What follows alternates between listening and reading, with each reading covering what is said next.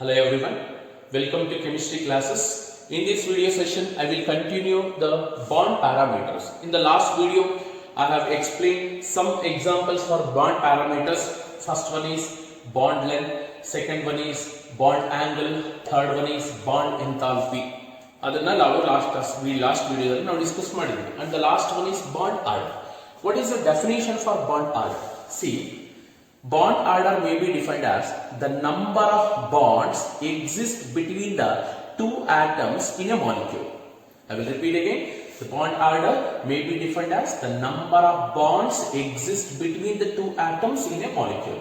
ಕೆಲವೊಂದು ಮಾಲಿಕ್ಯೂಲ್ಸ್ ಅಲ್ಲಿ ಎರಡು ಆಟಮ್ಸ್ ಮಧ್ಯೆ ಸಿಂಗಲ್ ಬಾಂಡ್ ಇರುತ್ತೆ. Bond order is said to be 1.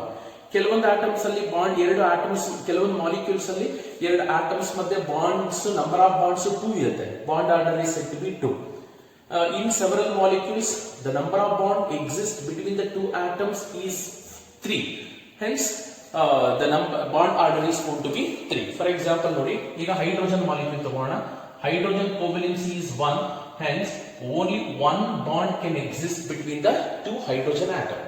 Hence, this is said to be in this example, the bond order is said to be 1.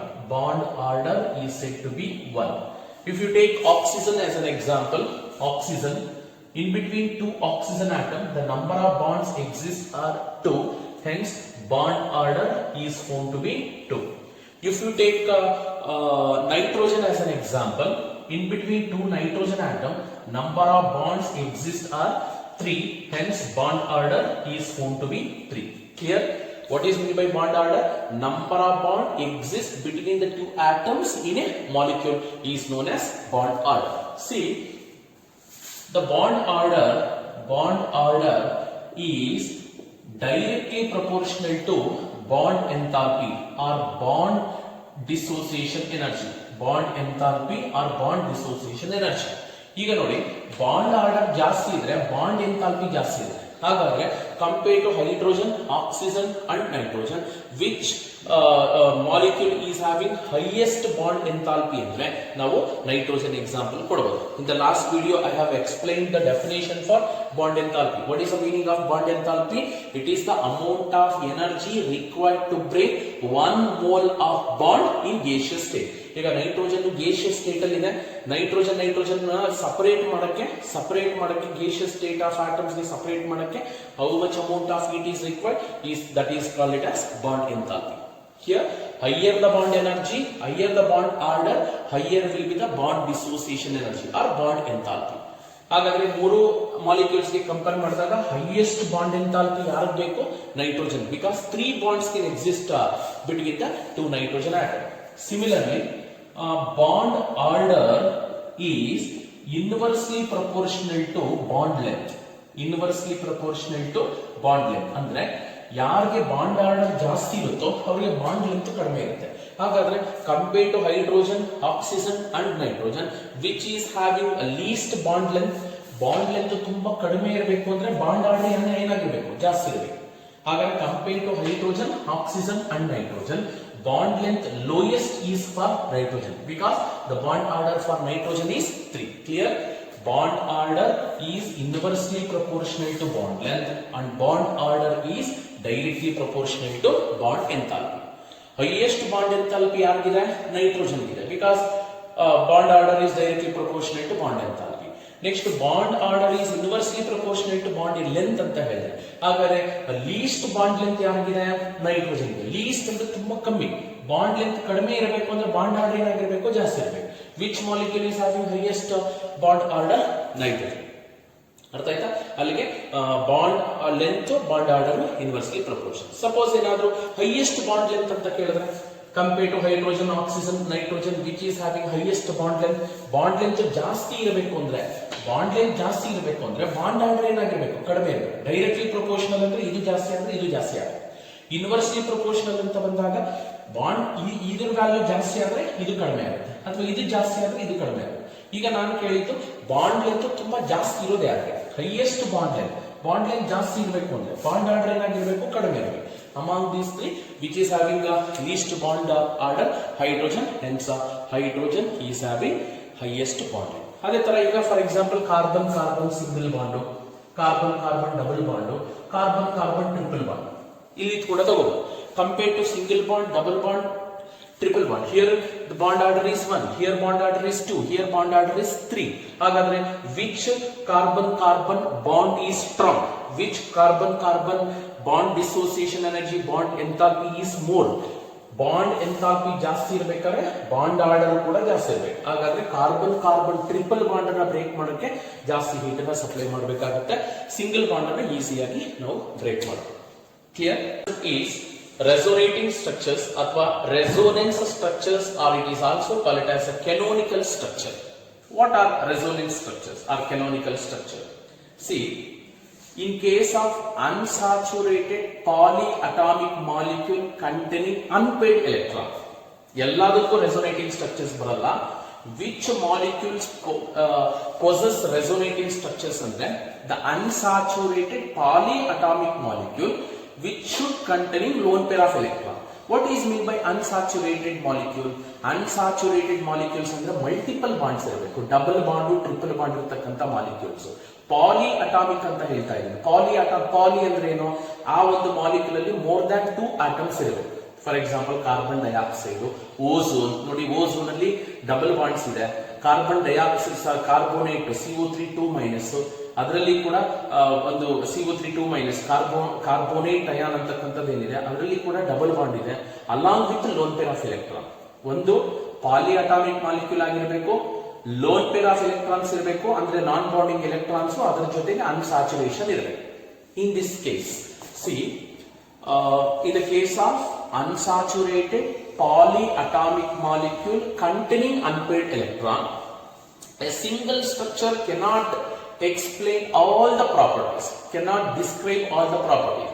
ಅಂದ್ರೆ ಈ ಅನ್ಸಾಚುರೇಟೆಡ್ ಪಾಲಿಅಟಾಮಿಕ್ molecules properties ನ explain ಮಾಡಕ್ಕೆ ಯಾವುದೋ ಒಂದು ಸ್ಟ್ರಕ್ಚರ್ ನ ಯೂಸ್ ಮಾಡಿಕೊಂಡು ಎಕ್ಸ್ಪ್ಲೇನ್ ಮಾಡಕ್ ಆಗಲ್ಲ. ಅರ್ಥ ಆಗ್ತಾ ಇದೆ? One structure cannot explain all the properties. However, all the properties can be explained on the basis of different structure. ಒಂದು ಕಾಂಪೌಂಡ್ ಅನ್ನ, ಒಂದು ಮಾಲಿಕ್ಯೂಲ್ ನ ಡಿಫರೆಂಟ್ ವೇ ಅಲ್ಲಿ ನಾವು ರೆಪ್ರೆಸೆಂಟ್ ಮಾಡ್ತೀವಿ. ಆ ಒಂದು representation of the polyatomic molecule in different way are called resonant structures, are also called it as a canonical structure. ಈಗ ನಾನು ಒಂದು ಎಕ್ಸಾಂಪಲ್ ತಗೋತೀನಿ ಓಝೋನ್ಗೆ. What is the formula for ozone? O3. I will write the Lewis structure for ozone. Oxygen oxygen oxygen, correct ಅಲ್ವಾ? ಒಂದು double bond ಇರುತ್ತೆ, ಒಂದು single bond ಇರುತ್ತೆ. ನಾವು ಪ್ರೀವಿಯಸ್ ವಿಡಿಯೋದಲ್ಲಿ ನಾವು ಓಝೋನ್ ಲಿವಿ ಸ್ಟ್ರಕ್ಚರ್ ನಾವು ಸ್ಟಡಿ ಮಾಡಿದೀವಿ. The central oxygen containing 1 lone pair of electron, this oxygen containing 2 lone pairs, and this oxygen containing 3 lone pair of electrons. 3 lone pair of electrons, correct? Each oxygen already attain octet structure 1 2 3 4 5 6 7 8 1 2 3 4 5 6 7 8. Here 6 plus 2 8. Equation is balanced. I mean number of bonds and the octet structure is satisfied. Here in this ozone molecule, oxygen oxygen double bond is found to be 121 picometer. Bond length is found to be 121 picometer. Oxygen oxygen single bond is found to be 148 picometer.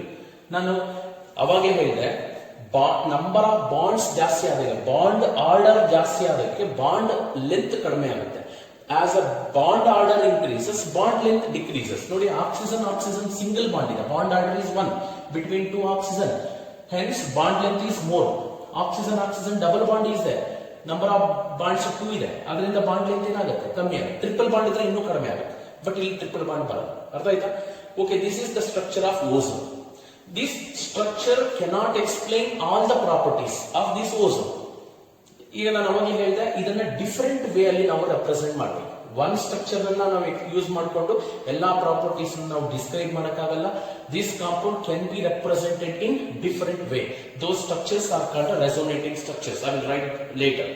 Okay, ನಾನು ಹೇಳಿದೆ unsaturated polyatomic ಮಾಲಿಕ್ಯೂಲ್ಗೆ ಮಾತ್ರ. Unsaturated ಇದೆಯಾ? Unsaturation is nothing but double bond ಇದೆಯಾ?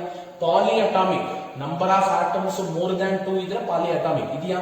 Along with lone pair of electrons ಇದೆಯಾ? This type of compounds can be represented in different ways. I will write one more structure similar to this ozone.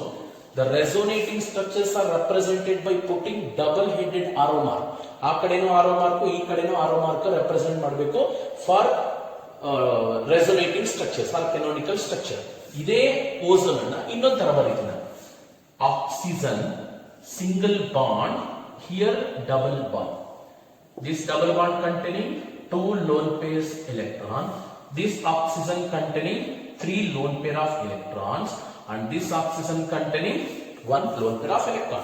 Is there any difference between this structure and this structure? No. Here also the number of oxygen atoms are 3. Here also number of oxygen atoms are 3. Here oxygen double bond is there. Here also double bond is there. What is the bond length? The bond length of double bond is found to be 121 picometer. Oxygen single bond is found to be 148 picometer. There is nothing different. The only difference is the position of the bond. ಇಲ್ಲಿ oxygen ಮತ್ತೆ double bond ಇದ್ದಿದ್ದು ಏನಾಗಿದೆ, ಈಗ single bond ಆಗಿದೆ. ಎಲ್ಲಿ single bond ಇತ್ತು ಅದು double bond ಆಗಿದೆ. These two, is there any other structures can be represent? ಬೇರೆ ತರ ನಾವು ಸ್ಟ್ರಕ್ಚರ್ ಬರೆಯಕ್ಕಾಗತ್ತಾ? Maximum one structure, two, this is second structure. ಇನ್ನು ಬೇರೆ ಪೊಸಿಷನ್ ಚೇಂಜ್ ಮಾಡಕ್ಕಾಗಲ್ಲ. Either this oxygen double bond or this oxygen double bond. ಬೇರೆ option ಇಲ್ಲ. Hence, ozone can be represented in 2 different structures. These 2 structures are called resonating structures, are also called as canonical structure. And these 2 resonating structures can also be represented in this way. Ozone, dotted line al barita idini. See, this is what we call the resonance hybrid. This is what we call resonance hybrid. Resonance hybrid. Both the structures are collectively represented as ozone molecule. This is what we call resonance hybrid, and the bond length in resonance hybrid is found to be 128 picometer. 128 picometer. See, in ozone molecule, in resonance hybrid, oxygen bond length is intermediate between the 2 resonating structure.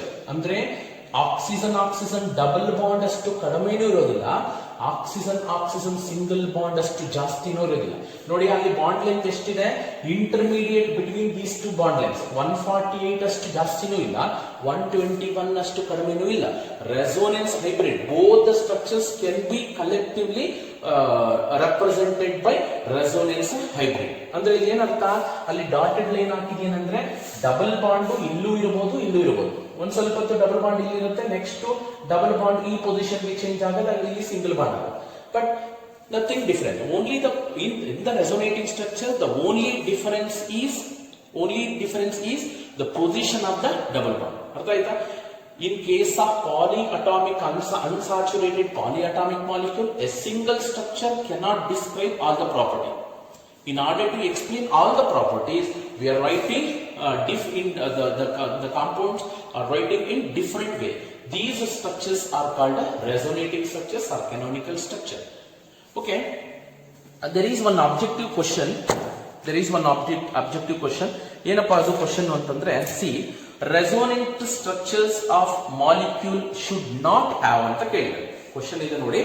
Resonance structures of A molecule should not have ಅಂದ್ರೆ resonating structures ಅಲ್ಲಿ ಈಗ 4 options ಕೊಟ್ಟಿದ್ದಾರೆ, ಅದರಲ್ಲಿ ಏನಿರಲ್ಲ ಅಂತ ಕೇಳಿದ್ದಾರೆ. First one, identical arrangement of atoms ಇರುತ್ತಾ ಇರಲ್ಲ? ಖಂಡಿತ ಐಡೆಂಟಿಕಲ್ ಅರೇಂಜ್ಮೆಂಟ್ ಆಫ್ ಆಟಮ್ಸ್ ಇದೆ. ಎಲ್ಲ ಆಕ್ಸಿಜನ್ ಇರಬೇಕು ಅಲ್ಲೇ ಇದೆ, ಆಟಮ್ಸ್ ಇನ್ನೂ ಚೇಂಜ್ ಆಗ್ತಾ ಇಲ್ಲ. ಈಗ ನಾವು ಕಂಡುಹಿಡಿಬೇಕಾಗಿರೋದು ಏನಪ್ಪಾ ಅಂತಂದ್ರೆ, ಈ ಕ್ವಶನ್ ಅಲ್ಲಿ resonance structures of A molecule should not have ಯಾವ್ದು ಇರಲ್ಲ ಅಂತ ಕಂಡುಹಿಡಿಬೇಕು. ಐಡೆಂಟಿಕಲ್ ಆಟಮ್ಸ್ ಇರುತ್ತೆ, ಅದಲ್ಲ, ಆಪ್ಷನ್ 1 ಅಲ್ಲ. ಆಪ್ಷನ್ 2 ನೋಡಿ, nearly same energy content 100%. All the resonating structures are having identical energy. ಇದರದ್ದು ಫಸ್ಟ್ ಸ್ಟ್ರಕ್ಚರ್ದು ಎನರ್ಜಿ ಎಷ್ಟಿರುತ್ತೋ ಸೆಕೆಂಡ್ ಸ್ಟ್ರಕ್ಚರ್ದು ಕೂಡ ಎನರ್ಜಿ ಅಷ್ಟೇ ಇರುತ್ತೆ, ಆಲ್ಮೋಸ್ಟ್ ಎನರ್ಜಿ ಕಡಿಮೆ. But resonance hybrid is said to be more stable. Compared to resonating structures and resonance hybrid is said to be more stable because resonance hybrid is having lower energy. Energy ಏನಾಗಿರುತ್ತೆ, ಕಡಿಮೆ ಇರುತ್ತೆ. lower the energy, higher will be the stability. We know that energy and stability are inversely proportional compared to resonating structures and resonance hybrid, which is having lower energy, resonance hybrid. Lower the energy, higher will be the stability. But resonant structures are having almost identical energy. Adu correct agide. Next third option ನೋಡಿ, the same number of paired electrons ಅಂತ ಹೇಳ್ತಾ ಇದ್ದಾನೆ. ಖಂಡಿತ same number of paired electrons ಇದೆ.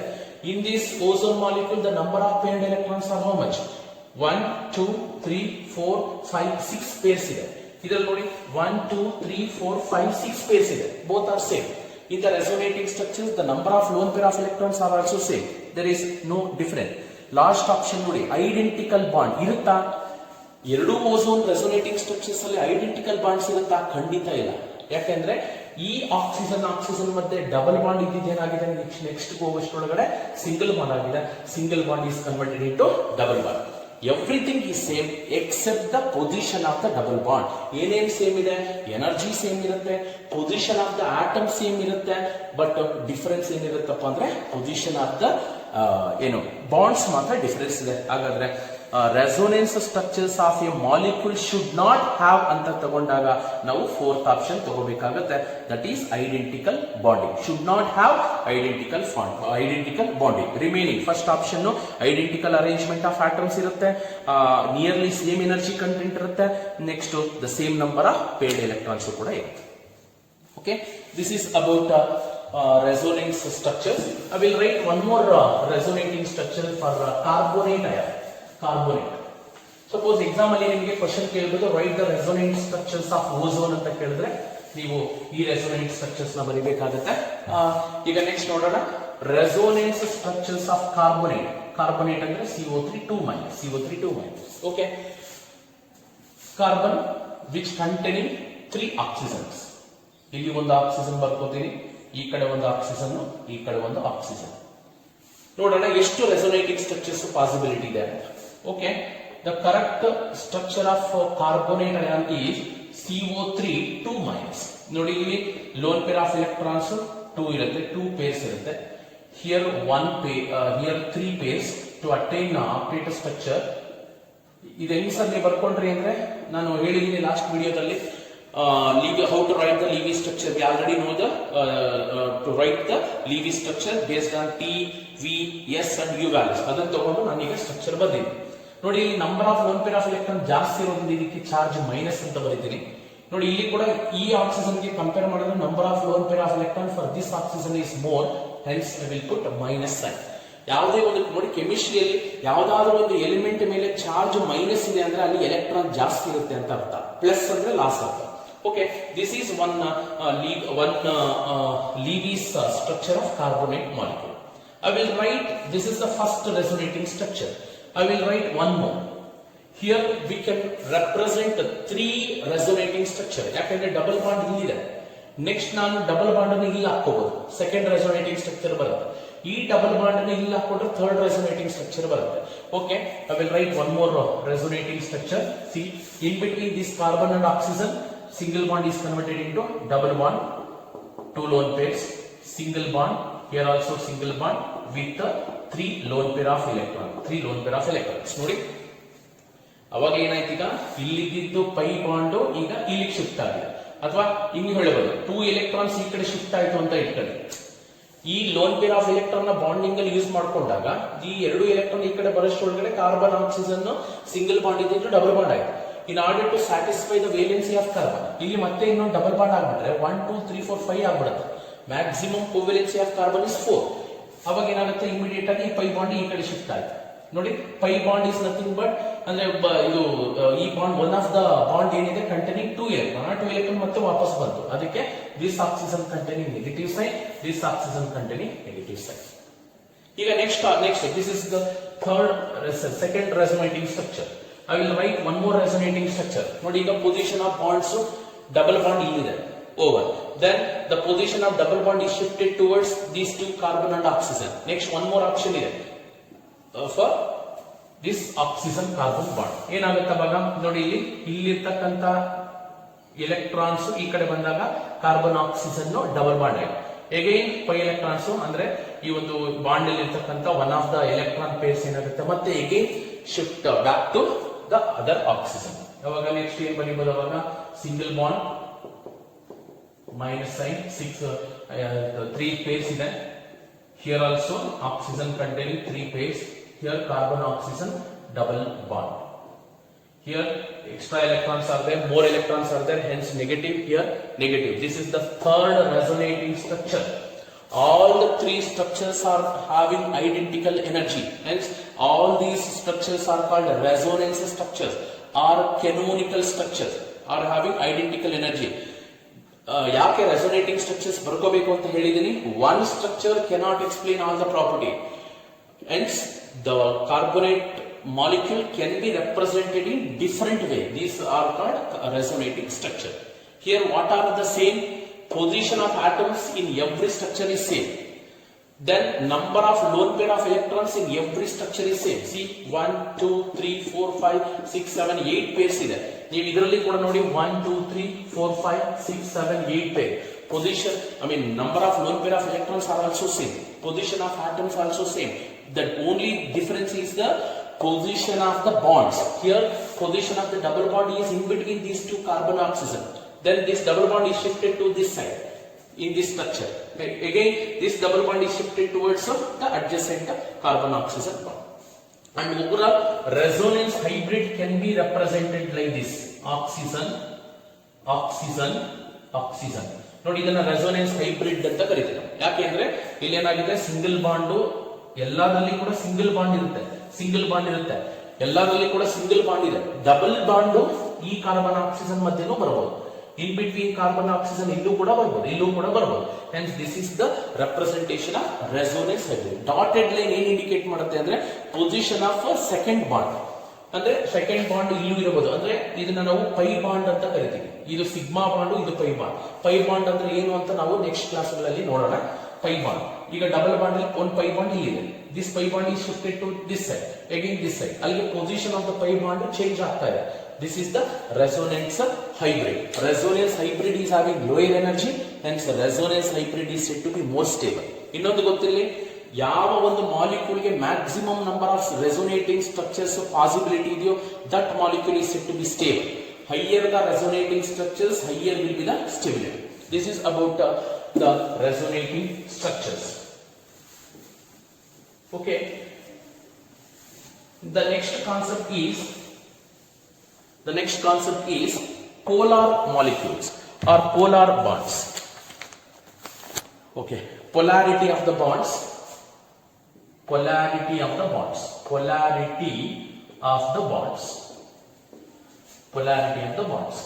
Here we can take different polarity molecules. First one is non-polar molecules. Polar ಅಂದ್ರೆ charge, non-polar molecule. What is mean by non-polar molecule or non-polar bond? Non-polar molecule ಅಂತಾರು ತಗೋಬಹುದು, non-polar bonds ಅನ್ನು ತಗೊಳ್ಳಿ. ಈಗ non-polar bond ಅಂದ್ರೆ ಏನು? See, a covalent bond is formed between two atoms of same element. For example, H2, Cl2, O2, N2. These are the examples for non-polar molecule. What are non-polar molecule or what are non-polar bonds? These bonds are said to be non-polar bond. Why? The non-polar bond is a covalent bond, is formed between the two atoms of same element. ಈ ಕಡೆ ಯಾವ element ಇರುತ್ತೋ ಆ ಕಡೆನೂ ಅದೇ ಇರಬೇಕು. Chlorine ಇದೆ, ಆ ಕಡೆನೂ chlorine. Oxygen, nitrogen. This bond is known as non-polar bond, and the molecules are known as non-polar molecule. What are non-polar bonds? The covalent bond is formed between the two atoms of same element is known as non-polar bond, and the molecules are said to be non-polar molecule. Here polarity ಬರೋದಿಲ್ಲ, charges induce ಆಗಲ್ಲ ಅಂತ. ಯಾಕೆಂದ್ರೆ here the bond pair of electrons are equally distributed between the two atoms. ಈಗ bond ಅಲ್ಲಿ ಇರತಕ್ಕಂತ electrons ಏನಿದಾವೆ, we know that one bond represent 2 electron. Bond ಅಲ್ಲಿ ಇರೋ 2 ಎಲೆಕ್ಟ್ರಾನ್ ಯಾರ ಕಡೆ ಹೋಗುತ್ತೆ? Distributed towards either the atom. Here the bond pair of electrons are equally distributed between the two atoms. ಈಗ ಕ್ಲೋರಿನ್ ಈ ಎಲೆಕ್ಟ್ರಾನ್ ನೆಗೆಟಿವಿಟಿ ಇದೆ ಅಂದ್ಬಿಟ್ಟು ಎರಡು ಎಲೆಕ್ಟ್ರಾನ್ಸ್ ನ ಕ್ಲೋರಿನ್ ತಗೊಂಡು ಹೋಗಲ್ಲ, ಈ ಕಡೆನೂ ಹೋಗುತ್ತೆ ಈ ಕಡೆನೂ ಹೋಗುತ್ತೆ, ಅಲ್ಲಿಗೆ ಚಾರ್ಜಸ್ ಕ್ಯಾನ್ಸಲ್ ಆಗುತ್ತೆ. ಎಲೆಕ್ಟ್ರಾನ್ಸ್ ನೋಡಿ ಇಲ್ಲಿ ಕೂಡ ಅಷ್ಟೇ, ಎರಡೂ ಕಡೆ ಸೇಮ್, ಇವನಿಗೆ ಎಷ್ಟು ಸ್ಟ್ರೆಂತ್ ಇದೆಯೋ ಎಲೆಕ್ಟ್ರಾನ್ ತಗೊಳಕ್ಕೆ ಅವನಿಗೂ ಅಷ್ಟೇ ಸ್ಟ್ರೆಂತ್ ಇರೋದ್ರಿಂದ ಪೊಲಾರಿಟಿ ಚಾರ್ಜ್ ಪ್ರೊಡ್ಯೂಸ್ ಆಗುತ್ತೆ. ಫಾರ್ ಎಕ್ಸಾಂಪಲ್ ನೋಡಿ HCl ತಗೋಣ. HCl is not considered as a non-polar molecule because here the bond is formed between the atoms of different element. The bond is formed between the two atoms of different element. Here the bond pair of electrons are distributed or attracted by more electronegative atom. ಯಾರು more electronegative ಇಲ್ಲಿ? Chlorine. ಇಲ್ಲಿ bond ಅಲ್ಲಿ ಇರೋ electron chlorine strong ಆಗಿ ಎಳ್ಕೊಂಡು ಹೊರಟೋಗುತ್ತೆ. ಆಗ around chlorine electron density slightly increases, hence it is indicated by partial negative. ಇಲ್ಲಿ ಹೈಡ್ರೋಜನ್ ಅಂತ ಎಲೆಕ್ಟ್ರಾನ್ ಡೆನ್ಸಿಟಿ ಕಡಿಮೆ ಆಗುತ್ತೆ, ಬರೋ ಎಲೆಕ್ಟ್ರಾನ್ಸ್ ಎಲ್ಲ ಹೈಡ್ರೋಜನ್ ಕಡೆಯಿಂದ ಕ್ಲೋರಿನ್ ತಗೊಂಡು ಹೋಗ್ತಾ ಇದೆ. Here this bond is said to be polar bond. ನಾನು ಈಗ ಹೇಳ್ತಾ ಇರೋದು ನಾನ್ ಪೋಲಾರ್ ಬಾಂಡ್ ಬಗ್ಗೆ. ನಾನ್ ಪೋಲಾರ್ ಬಾಂಡ್ಸ್ ಅಲ್ಲಿ ಈ ತರ ಚಾರ್ಜಸ್ ಬರೋದಿಲ್ಲ. Only in non polar bonds the bond pair of electrons or the shared pair of electrons are equally distributed between the two atoms. But in polar molecule, ಈಗ ನಾನು polar molecules ಆಮೇಲೆ ಹೇಳ್ತೀನಿ. ಈಗ HCl ಏನ್ ತಗೊಂಡಿದ್ದೀನಿ, this is an example for polar molecule. ಹಾಗಾದ್ರೆ polar molecules ಅಂತಂದ್ರೆ ಏನ್ ಹೇಳ್ಬೋದು? ಹಾಗಾದ್ರೆ ನೆಕ್ಸ್ಟ್ ಇಲ್ಲೇ ಬರ್ತೀನಿ ನೋಡಿ. polar molecules ಅಂದ್ರೆ ಏನ್ ಹೇಳ್ಬೋದು? polar molecules, what are polar molecules? Polar molecules may be defined as a covalent bond is formed between the two atoms of different element in which the bond pair of electrons are slightly displaced towards more electronegative atom. ಇಬ್ರು ಕೂಡ equal share ಆಗಿ covalent bond formation ಮಾಡ್ಕೊಂಡ್ಬಿಟ್ಟಿದಾವೆ. But after the formation of bond chlorine ಗೆ electron ಕಂಡ್ರೆ ತುಂಬಾ ಇಷ್ಟ, ಯಾಕಂದ್ರೆ chlorine belongs to halogen family. Halogens are more electronegative. Electronegativity ಅಂದ್ರೆ ಏನು? Tendency of an atom to attract the bond pair of electron towards itself. This chlorine is having tendency to attract the bond pair of electron towards itself more. Hence, chlorine acquire partial negative sign. Partial negative ಬಂದ್ರೆ electron ಜಾಸ್ತಿ ಆಗಿದೆ ಅಂತ ಅರ್ಥ. Partial positive ಬಂದಿದೆ ಅಂದ್ರೆ electrons ಕಡಿಮೆ ಆಗಿದೆ ಅಂತ ಅರ್ಥ. ಅರ್ಥ ಆಯ್ತಾ? HCl. ಈಗ ಅದೇ ತರ HF ತಗೋಬಹುದು. See, a covalent bond is formed between the two atoms of different element in which the shared pair of electrons are slightly displaced towards more electronegative atom. Here fluorine is more electronegative, hence fluorine acquire partial negative, hydrogen acquire partial positive. Clear? HCl, HF, even water also example for polar molecule. Water. See, compared to hydrogen and oxygen, the polar bond is nothing but a covalent bond is formed between the two atoms of different element. This is also polar bond. Covalent ಇಲ್ಲ ಅಂತಲ್ಲ, ಆ covalent bond polar ಆಗಿದೆ. ಯಾಕೆ? Compared to hydrogen and oxygen, which is more electronegative? Oxygen. Hence, the bond pair of electrons are slightly displaced towards oxygen. Hence, oxygen acquire partial positive. ಪಾಪ hydrogen ಹತ್ರ electrons ಕಡಿಮೆ ಆಗಿದೆ, ಎಲ್ಲ oxygen ಕಡೆ ಹೊರಟೋಗ್ತಾ ಇದೆ. ಅಲ್ಲಿಗೆ ಹೈಡ್ರೋಜನ್ ಹತ್ರ ಎಲೆಕ್ಟ್ರಾನ್ಸ್ ಲಾಸ್ ಆಗಿದೆ, ಕಡಿಮೆ ಆಗಿದೆ. Hence, it is indicated by positive sign. Even in this bond also, the bond pair of electrons are slightly displaced towards more electronegative oxygen atom. Hence, hydrogen acquire partial positive sign. ಅರ್ಥ ಆಯ್ತಾ? ಯಾವ molecule ಅಲ್ಲಿ ಈ ತರ partial positive partial negative sign ಬರುತ್ತೋ that molecules are said to be polar molecule and the bond is said to be polar bond. There is one exception in non-polar molecule. For example, carbon dioxide, methane, then CCl4. These are the exception cases. CCl4, BF3. These are also an example for non-polar molecule. Even though different atoms are combined. What is the reason? ನೋಡಿ, carbon dioxide sir ನೀವೇನು ಹೇಳಿದ್ದು? Atoms of different elements combine ಆದ್ರೆ ಅದು polar ಬರಬೇಕಲ್ಲ.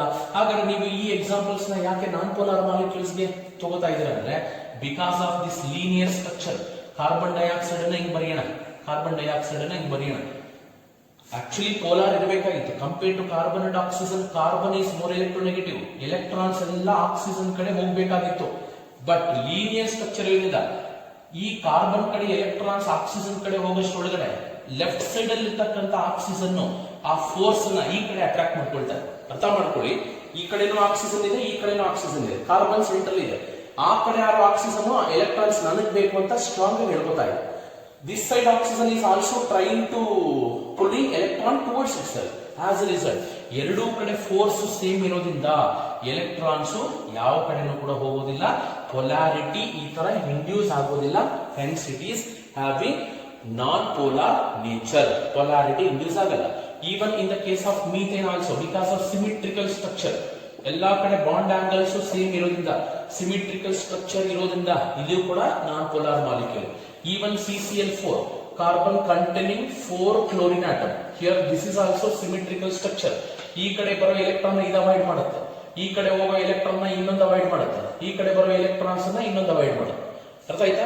ಅಲ್ಲಿ because of symmetrical structure. Even in the case of BF3 also, boron trifluoride ನೋಡಿ, boron trifluoride ಅಲ್ಲಿ ಕೂಡ compare to boron and fluorine which is more electronegative, fluorine. This bond pair of electron is trying to move towards fluorine, but the opposite to fluorine, ಈ ಕಡೆ ಏನ್ fluorine ಇದೆ, ಈ ಕಡೆ ಹೋಗೋ ಎಲೆಕ್ಟ್ರಾನ್ಸ್ ನ ಈ ಫ್ಲೋರಿನ್ ಏನ್ ಮಾಡುತ್ತೆ, ಈ ಕಡೆ ಅಟ್ರಾಕ್ಟ್ ಮಾಡ್ಕೊಂಡ್ಬಿಡುತ್ತೆ, ಆಗ ಫೋರ್ಸ್ ಕ್ಯಾನ್ಸಲ್ ಆಯ್ತು. ಇನ್ನೊಂದು ಫ್ಲೋರಿನ್ ಈ ಕಡೆ, because of symmetrical structure all the bond moments cancelled out. ಅಂದ್ರೆ ಏನ್ ಹೋಗ್ಬೇಕು ಅಂತ ಇಷ್ಟೇ ಇದೆ, ಬೋರಾನ್ ಕಡೆಯಿಂದ ಫ್ಲೋರಿನ್ ಕಡೆ, ಬೋರಾನ್ ಇಂದ ಫ್ಲೋರಿನ್ ಕಡೆ ಏನ್ ಎಲೆಕ್ಟ್ರಾನ್ ಡಿಸ್ಪ್ಲೇಸ್ ಆಗಕ್ಕೆ ಹೋಗ್ತಾ ಇದೆ, ಇವೆರಡು ಅವಾಯ್ಡ್ ಮಾಡ್ತಿದೆ.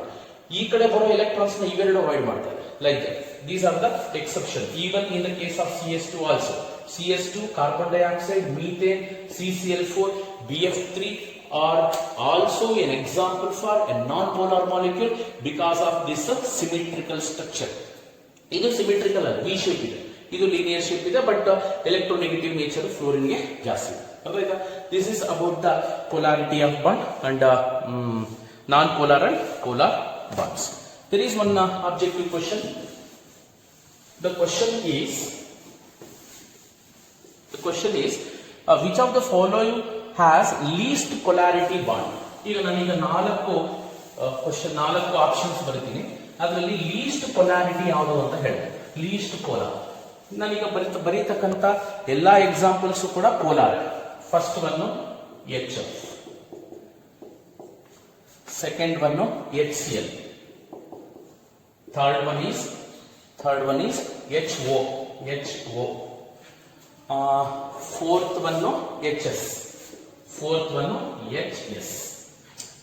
ಇಲ್ಲಿ ಕ್ವಶನ್ ಏನಪ್ಪಾ ಅಂದ್ರೆ which of the following has a least polarity, which of the following has a least polarity. ಈಗ ಕಮ್ ಟು ದ ಆಪ್ಷನ್ 1. ಈಗ ಲೀಸ್ಟ್ ಪೊಲಾರಿಟಿ, ಲೀಸ್ಟ್ ಯಾವುದು ಅಂತ ನೋಡೋಣ. ಇನ್ HF fluorine is highly electronegative. In HCl, chlorine is more electronegative. In OH, oxygen is more electronegative, and in HS, sulfur is more electronegative. In HF case, the bond pair of electrons are displaced towards fluorine. In HCl case, the bond pair of electrons are displaced towards chlorine. Here towards oxygen, here towards sulfur.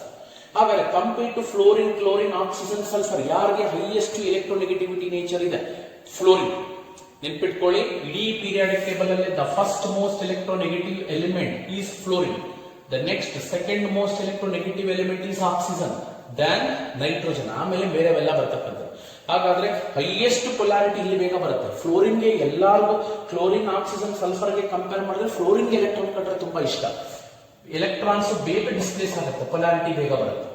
ಹಾಗಾಗಿ list polar ಅವ್ರು ಕೇಳ್ತಾರೆ. ಇದನ್ನ ಬಿಟ್ರೆ fluorine ಬಿಟ್ರೆ next oxygen, ಇದು ಬಿಟ್ರೆ ಇನ್ನು oxygen, ಇದನ್ನ ಬಿಟ್ರೆ ಇನ್ನೂ ಒಂದ್ ಸ್ವಲ್ಪ ಏನಾಗುತ್ತೆ, ಎಲೆಕ್ಟ್ರಾನ್ಸ್ ಅನ್ನ oxygen attract ಮಾಡ್ಕೊಳ್ಳುತ್ತೆ.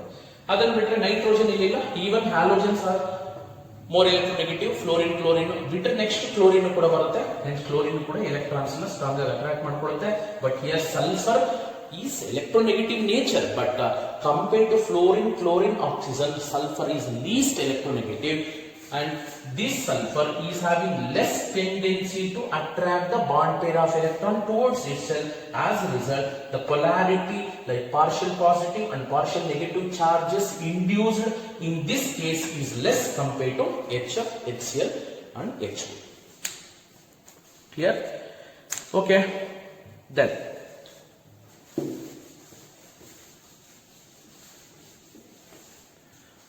dipole moment. The next concept is dipole moment. Dipole moment, very very important concept. Dipole moment represented by the symbol mu. Mu represented by the symbol mu. What is meant by dipole moment? See, dipole moment is only for polar molecules, not non-polar molecule. dipole moment may be defined as it is the product of magnitude of charge and distance between the partial positive and partial negative charge. For example, HCl. Compared to hydrogen and chlorine, which is more electronegative? Chlorine. Bond pair of electrons are strongly displaced towards chlorine. Hence, chlorine acquire partial negative, hydrogen acquire partial positive side. We need to calculate the dipole moment of HCl. HCl dipole moment is the product of charge. ಇವೆರಡರದ್ದು charge product ತಗೋಬೇಕು. But molecule ನೋಡಿದ ತಕ್ಷಣ ನಾವು calculate ಮಾಡಕ್ಕಾಗಲ್ಲ. Practically hydrogen chlorine charge ಎಷ್ಟಿದೆ ಅಂತ ಕಂಡುಹಿಡ್ಕೋತಾರೆ. And the distance between the positive and the negative center, hydrogen partial positive ಏನು ಬಂದಿದೆ, ಕ್ಲೋರಿನ್ ಏನು ಬಂದಿದೆ, the distance ಎಷ್ಟಿದೆ ಅದನ್ನ ನೋಡ್ಕೊಳ್ಳೋದು, ಚಾರ್ಜ್ ಎಷ್ಟಿದೆ, ಎರಡರದ್ದು ಪ್ರಾಡಕ್ಟ್ ತಗೊಂಡಾಗ ನಮಗೆ mu ವ್ಯಾಲ್ಯೂ ಬರುತ್ತೆ. And the mu value of HCl is found to be 1.75. Mu value of HCl is found to be 1.5 dBi. D represent dBi. Here the dipole moment unit. What is the SI unit of dipole moment ಅಂದ್ರೆ coulomb metre, centimetre ಅಲ್ಲ ಅದು coulomb metre. And CGS unit of dipole moment is dBi. D ಅಂತ represent ಮಾಡ್ತೀವಿ. ನೆನಪಿರಲಿ, 1 dBi is equals to 3.33 into 10 to the power of minus 30 coulomb metre. 1 dBi is equals to 3.33 into 10 to the power minus 30 coulomb meter. What is the dipole moment value of HCl? Mu is equals to 1.75 dBi. Similarly, water.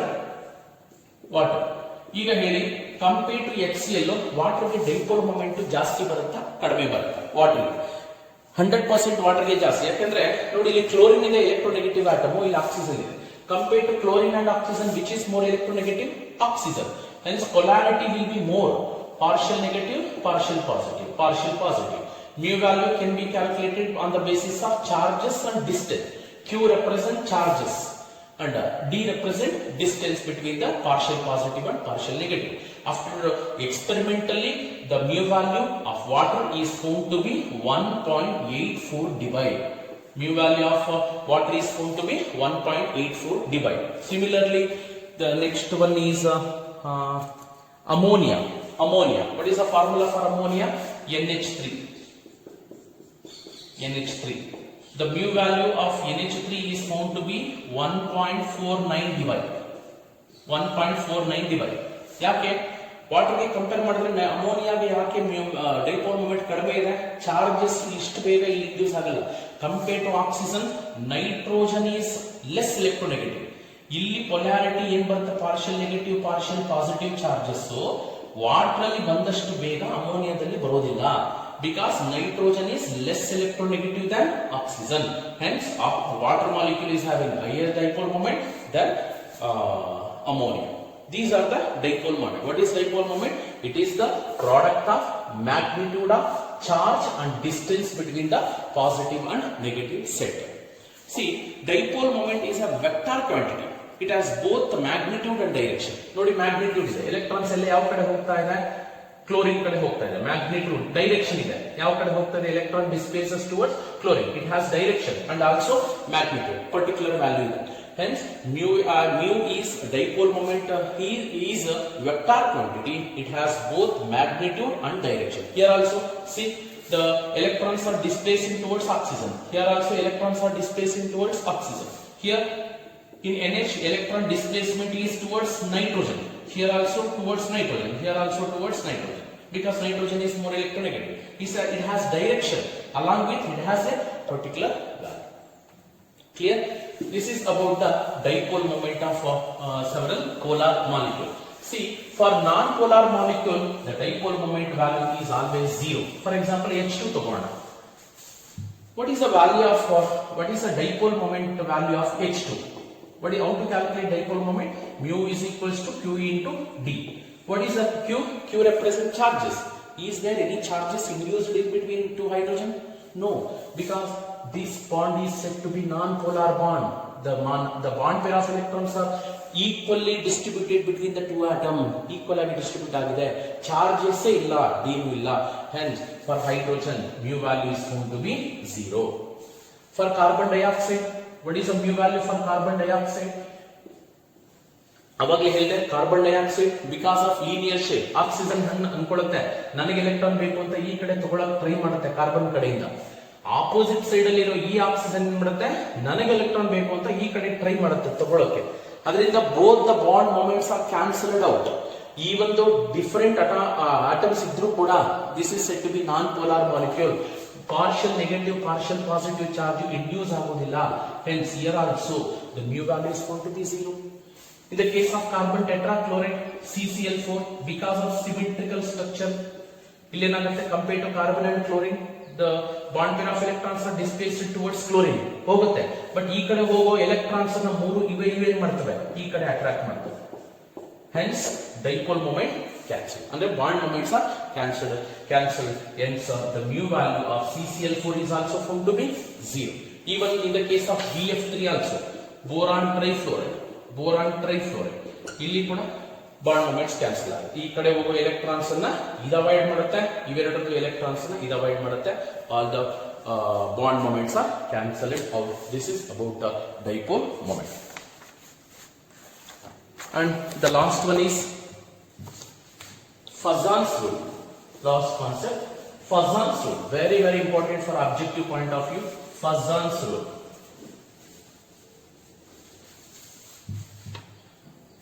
Okay, Fazan's rule. What is this Fazan's rule? See, Fazan's rule states that smaller the size of the cation, larger the size of the anion, greater will be the covalent character. Greater will be the covalent character. Greater will be the covalent character. This is what we call Fazan's rule. Fazan's rule states that smaller the size of the cation, larger the size of the anion, greater will be the covalent character of ionic bond. ಈಗ ನಮಗೆ ionic bond ಗೊತ್ತಿದೆ. ಈ ಒಂದು ionic ಬಾಂಡ್ಗೂ ಕೂಡ covalent character ಇರುತ್ತೆ. ನೋಡಕ್ಕಾಗ ionic compound ತರನೇ ಇರುತ್ತೆ, but covalent compounds behaviour ತೋರಿಸುತ್ತೆ. ಅಂದ್ರೆ ಈಗ ನಮಗೆ ಗೊತ್ತಿದೆ ionic compounds are hard, ionic compounds are having very high volume melting point, ionic compounds are readily soluble in water. But covalent compounds ಗೆ ಬಂದಾಗ covalent compounds are less soluble in water ಅಥವಾ insoluble in water, readily soluble in non-polar solvents. Covalent compounds are having little less melting point compared to ionic bond. ಇವೆಲ್ಲ ಗೊತ್ತಿದೆ. ಅಲ್ಲಿಗೆ ionic ಕಾಂಪೌಂಡ್ಸ್ಗೂ ಕೂಡ ಕೆಲವೊಂದು covalent character behaviour ಇರುತ್ತೆ. ಹಾಗೆ ಯಾವ ionic ಕಾಂಪೌಂಡ್ಗೆ covalent character ಇರುತ್ತೆ ಅಂದ್ರೆ ಆ ಅಯಾನಿಕ್ ಕಾಂಪೌಂಡ್ ಅಲ್ಲಿ ಕ್ಯಾಟಯಾನ್ ಸೈಜ್ ಕಡಿಮೆ ಇರಬೇಕು, ಆನಯಾನ್ ಸೈಜ್ ಜಾಸ್ತಿ ಇರಬೇಕು. ಫಸ್ಟ್ ಕಂಡೀಷನ್ ಏನು? Smaller the size of the cation, larger the size of the anion, greater will be the covalent character of ionic bond. One more definition is there. higher the charge on the cation, higher the charge on the cation, greater will be the covalent character of ionic bond. ಎರಡು condition ಇದೆ. ಒಂದು smaller cation, anion bigger size ಇರಬೇಕು, ಇಲ್ಲ cation charge ಜಾಸ್ತಿ ಇರಬೇಕು. I will give one example. For example lithium chloride, sodium chloride, potassium chloride, rubidium chloride. Lithium chloride, sodium chloride, potassium chloride, rubidium chloride. Every compound is said to be ionic compound. But here this is cation, this is anion. Here anion size is same. ಎಲ್ಲಾ ಕಡೆನೂ ಕೂಡ chlorine ಇದೆ, anion size same ಇದೆ. ಈಗ cation size ನೋಡ್ತಾ ಬರೋಣ. Compare to lithium, sodium, potassium, rubidium, on moving down the group, lithium ಆದ್ಮೇಲೆ lithium, sodium, potassium ಒಂದೇ ಗ್ರೂಪ್ ಅಲ್ಲಿ ಬರುತ್ತೆ. On moving down the group size ಏನಾಗುತ್ತೆ? ಇನ್ಕ್ರೀಸ್ ಆಗುತ್ತೆ. ಹ್ಯಾಂಗ್ among all 4 cations, lithium ion is smaller cation compared to sodium, then potassium, then rubidium. ಅರ್ಥ ಆಯ್ತಾ? ಹಾಗಾದ್ರೆ ಅಮಾಂಗ್ ದೀಸ್ 4 ಕಾಂಪೌಂಡ್ ಆಪ್ಷನ್ಸ್ ಅಲ್ಲಿ ಕ್ವಶನ್ಸ್ ಕೇಳಿದರೆ, ಆಬ್ಜೆಕ್ಟಿವ್ ಅಲ್ಲಿ ಕೇಳಿದರೆ, the more covalent character of ionic compound is ಅಂತ 4 ಆಪ್ಷನ್ ಅಲ್ಲಿ ಕೇಳಿದ್ದಾರೆ. among compared to lithium chloride, sodium chloride, potassium chloride, rubidium chloride. Here the correct option is lithium chloride, because according to Fazan's rule, smaller the cation, larger the size of the anion, greater will be the covalent character. ಅರ್ಥ ಆಯ್ತಾ? ಈಗ ಸೋಡಿಯಂಗೆ lithium compare ಮಾಡಿದ್ರೆ size ಜಾಸ್ತಿ, sodium compare ಮಾಡಿದ್ರೆ potassium ಇನ್ನೂ ಜಾಸ್ತಿ, ಇದು ಇನ್ನೂ ಜಾಸ್ತಿ. ಅರ್ಥ ಆಯ್ತಾ? Smaller the size of the cation, larger the size of the anion, greater will be the covalent character. ಇನ್ನೊಂದಿದೆ, higher the charge of the cation, higher will be the covalent character of ionic bond. I will take one example. Lithium chloride, beryllium chloride, boron chloride, then CCl4. boron chloride ಇದೆ, ಇಲ್ಲಿ CCl4 ಇದೆ. Among these four, which is having higher covalent character. ಈಗ just ಇವೆರಡಕ್ಕೆ ತಗೋಣ, compare to lithium chloride and beryllium chloride, which is having highest covalent character. Let us see. Lithium charge plus ಇದೆ, beryllium belongs to alkaline earth metal, charge ಏನಿದೆ +2 ಬರುತ್ತೆ, ಬೆರಿಲಿಯಂಗೆ charge +2, ಎರಡೂ ಕಡೆ chlorine ಇದೆ. Compared to lithium and beryllium, which metal ion possesses higher charge? Beryllium. Higher the charge on the cation, higher will be the covalent character. Compared to lithium chloride and beryllium chloride. ಅವಾಗಲೇ ನಾನು ತಗೊಂಡಿದ್ದೆ ಎಲ್ಲದಕ್ಕೂ compare ಮಾಡಿದಾಗ lithium ಕ್ಲೋರೈಡ್ಗೆ covalent character ಜಾಸ್ತಿ ಇತ್ತು. Compared to lithium chloride and beryllium chloride is having higher covalent character, because according to Fazan's rule, greater the value, higher the charge on the cation, greater will be the covalent character of ionic bond. I will repeat again what is Fazan's rule. There are two definitions are there. One is the smaller the size of the cation, larger the size of the anion, greater will be the covalent character of ionic bond. One more definition, higher the charge on the cation, higher will be the covalent character of ionic bond. Higher will be the covalent character of ionic bond. Okay. One more question. See, among lithium chloride, beryllium chloride, boron trichloride, carbon tetrachloride. The question is, the covalent character of different compound in the order. ಯಾವ order ಇರುತ್ತೆ ಅಂತ ನೋಡೋಣ. ಈಗ ನೋಡಿ, ಎಲ್ಲದರಲ್ಲಿ ಕೂಡ anion size same ಇದೆ. Anion ಇದರಲ್ಲಿ ಕೂಡ ಏನು ಆನಯಾನ್ ಇದೆ, ಇದರಲ್ಲಿ ಕೂಡ ಆನಯಾನ್, ಇದರಲ್ಲಿ ಕೂಡ ಆನಯಾನ್ Cl- ಇದೆ.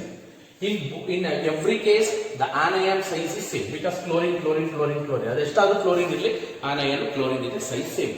ಈಗ ಇಲ್ಲಿ ಬನ್ನಿ, sodium belongs to first group, beryllium ಇದೆ, beryllium belongs to second group, boron ಇದೆ, boron belongs to 13th group, carbon ಇದೆ, carbon belongs to 14th group. ಹಾಗಾದ್ರೆ on moving from left to right across the period, atomic size ಏನಾಗ್ತಾ ಬರುತ್ತೆ in the periodic table, on moving from left to right across the period, atomic radius decreases. ಹಾಗಾದ್ರೆ compared to lithium ion, beryllium ion size ಕಮ್ಮಿ, beryllium ion compare ಮಾಡಿದಾಗ boron ion ಕಡಿಮೆ, ಬೋರಾನ್ಗೆ compare ಮಾಡಿದಾಗ carbon ಕಡಿಮೆ. On moving from left to right across the period, atomic radius of the element decreases. ಹಾಗಾದ್ರೆ according to Fazan's rule ಏನು ಹೇಳುತ್ತೆ, smaller the size of the cation, ನೋಡಿ, smaller the size of the cation, larger the size of the anion, greater will be the covalent character. ಇದಕ್ಕೆ compare ಮಾಡಿದ್ರೆ ಈ cation ಒಂದು ಸ್ವಲ್ಪ ಜಾಸ್ತಿ ಇದೆ, ಇದಕ್ಕೆ ಕಂಪೇರ್ ಮಾಡಿದ್ರೆ ಇನ್ನು ಸ್ವಲ್ಪ ಜಾಸ್ತಿ, ಇದಕ್ಕೆ ಕಂಪೇರ್ ಮಾಡಿದ್ರೆ ಇನ್ನೂ ಜಾಸ್ತಿ. ಅಲ್ಲಿಗೆ smaller the size of the cation, larger the size of the anion, greater will be the covalent character. This is the increasing order of covalent character of different ionic compound. Thank you for watching this video. In the next video class, one more very important concept, that is valence shell electron pair repulsion theory. Adana next video start. Thank you for watching.